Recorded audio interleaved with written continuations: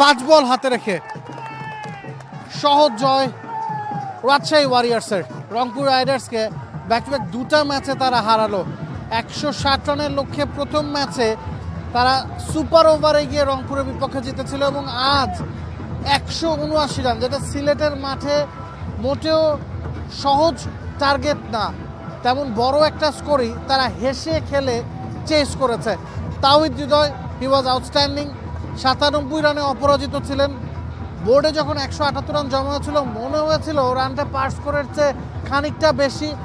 তানজিদ তামিম শুরুতেই ফিরে গেছেন, তবে যেভাবে এর পরের পার্টনারশিপটা, সেঞ্চুরি পার্টনারশিপটা, মোহাম্মদ ওয়াসিম এবং নাজমুল হোসেন শান্ত একে অপরের সাথে যেন পাল্লা দিয়ে লড়েছেন, একে অপরের সাথে পাল্লা দিয়ে 50 করেছেন। শান্ত 76 রানে কাটা পড়লো, ওয়াসিম কিন্তু একেবারে শেষ পর্যন্ত ক্রিজে ছিলেন। Outstanding batting by this two. রংপুরের গ্যাপগুলো কোথায় ছিল? রংপুরের গ্যাপ ছিল ওপেনার কাইল মায়ার্স 8 রানে কাটা পড়েছিলেন। লিটন দাস 14 বলে 11 রান করেছিলেন ওয়ান ডাউনে নেমে। ইফতিকার আহমেদ 15 বলে 8 রান তিনি করতে পেরেছেন।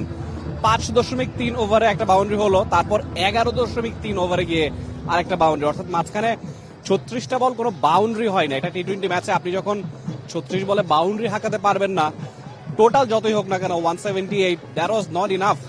রাজশাহী ওয়ারিয়র্স যেভাবে খেলেছে তারা ডিজার্ভেডলি ম্যাচটা জিতেছে। রংপুর রাইডার্সের জন্য ব্যাক টু ব্যাক লুজ, নিশ্চয়ই তারা পরের ম্যাচে কামব্যাক করে দেখাতে চাইবে।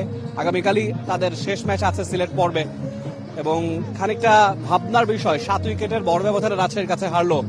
প্রথম রাউন্ডেও কিন্তু রাজশাহীর কাছে হারতে হয়েছিল এবং সুপার ওভারে ম্যাচটা গিয়েছিল। সেই ম্যাচটায় কিন্তু আপার পজিশনের রংপুর রাইডার্স ছিল, তারপর রাজশাহী সুপার ওভারে ম্যাচটা জিতেছে। আজকের ম্যাচে থ্রু আউট দ্য ম্যাচ এবং through out the innings of Rajshahi মনে হয়েছে খানিকটা ব্যাকফুটের রংপুর রাইডার্স, শেষে খেলে রাজশাহী জয়টা আদায় করে নিয়েছে। Nabil, of course no doubt on that. এবং আপনি যদি খেয়াল করেন 6 ওভারে 54 রান ছিল, 10 ওভার শেষে ছিল 69, 15 ওভার শেষে 114।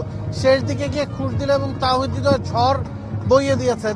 তবে যে ধরনের উইকেটে খেলা হয়েছে শেষে গিয়েও আসলে তারা কাভার আপ করতে পারেনি। হ্যাঁ, মনে হচ্ছিল রানটা যথেষ্ট, তবে রাজশাহী যখন ব্যাটিংয়ে নেমেছে, আজকে কিন্তু সকাল থেকে সূর্য ছিল, কুয়াশার একেবারে দেখাই আমরা পাইনি। তো সব মিলিয়ে উইকেটটা একেবারে ফ্ল্যাট ছিল, স্পোর্টিং ছিল, যেখানে রানটা আসলে তাদের যথেষ্ট ছিল না এবং খুব বেশি পরিবর্তনও তারা করছে। আমরা গত ম্যাচে দেখেছি মালান খেলেছেন, মায়ার্স ইঞ্জুরির কারণে খেলেনি। Malan one of the top run গেটার রংপুরের হবে, তাকে আজকের ম্যাচে হয়তো বিশ্রাম দেওয়া হয়েছে, বাদ না বলে বিশ্রামই বলতে হবে। আবার কোনো ম্যাচে তারা সুফিয়ানকে খেলাচ্ছে, কোনো ম্যাচে আলিসকে খেলাচ্ছে। সেরা কম্বিনেশনটা তারা কিন্তু এখনো আসলে খুঁজে পায়নি এবং মনে হচ্ছে যে সেরা কম্বিনেশন খোঁজার চেষ্টায় তারা আসলে এই ব্যাক টু ব্যাক দুটা ম্যাচ হারলো। খুব বেশি অদল বদল তারা কি করে ফেলছে কিনা, তাদের বিদেশি শক্তিমত্তা যথেষ্ট স্ট্রং, বেঞ্চের শক্তি অনেক বেশি এবং তারা 2 বছর যেটা হয়েছে প্লে অফের দিকে গিয়ে আসলে কিছুটা খেই হারিয়েছে। সেই চিন্তাতেও হয়তো তারা আগে থেকেই যারা বেঞ্চের ক্রিকেটার আছে তাদেরকে ম্যাচের ওপর রাখার চেষ্টা করছে, হয়তো সেগুলো ব্যাক অফ দ্য মাইন্ডে কাজ করছে এবং সে কারণে কিন্তু ব্যাক টু ব্যাক দুটা হার রংপুর রাইডার্সের। For more updates, subscribe to our YouTube channel and click on the bell icon. Follow us on Facebook and Instagram. Download T-Sports app to enjoy exciting games and highlights. Visit tsports.com.